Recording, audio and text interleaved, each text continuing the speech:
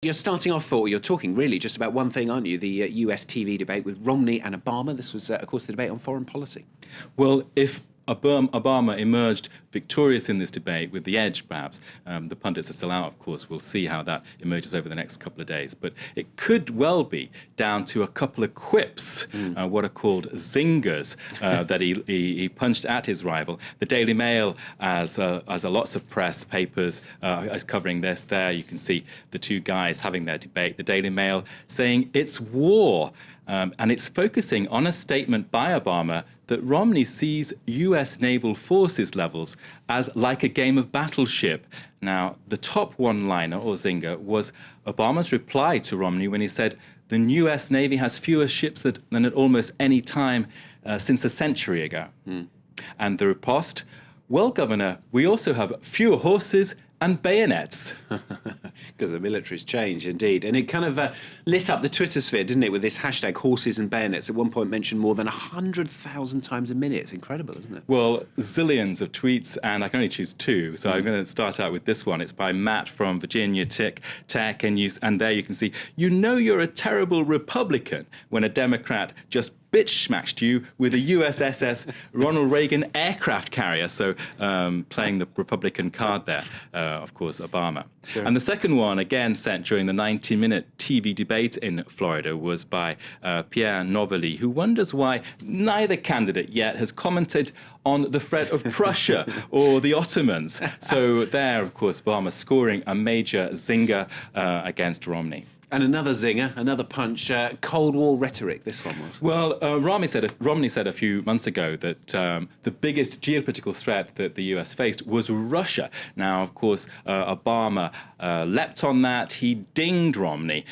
saying that, well, basically what Romney wants is to bring the 1980s back in terms of foreign policy. The HuffPost there is reporting on that.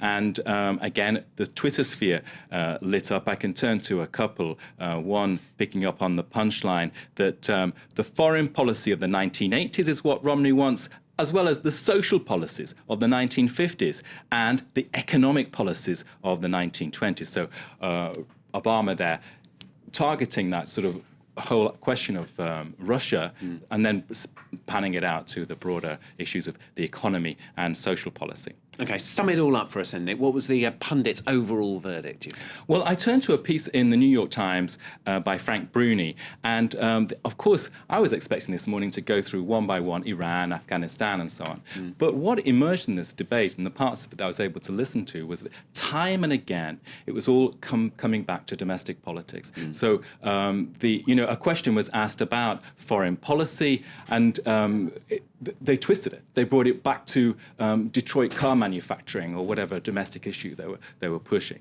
And that's the point made in the blog in the New York Times today, is that the foreign policy debate is actually a domestic policy debate. That piece is also saying that Obama came across as aloof, arrogant. He showed a distaste for the more superficial aspects of the political process, and Romney showed he was persuasive but also prickly. So a good balance there about the verdict overall. I saw another piece in Politico, also looking at this whole question of the foreign policy debate. There you can see why the debate is an anachronism, and the argument by the diplomat Richard Haas is that it doesn't make any sense to have this kind of debate, because going back to that point in the New York Times, domestic policy and foreign policy issues are so blurred now. You have immigration, drugs, climate change, trade, finance. So why have one specifically about foreign policy? And of course, as I said, the two men came back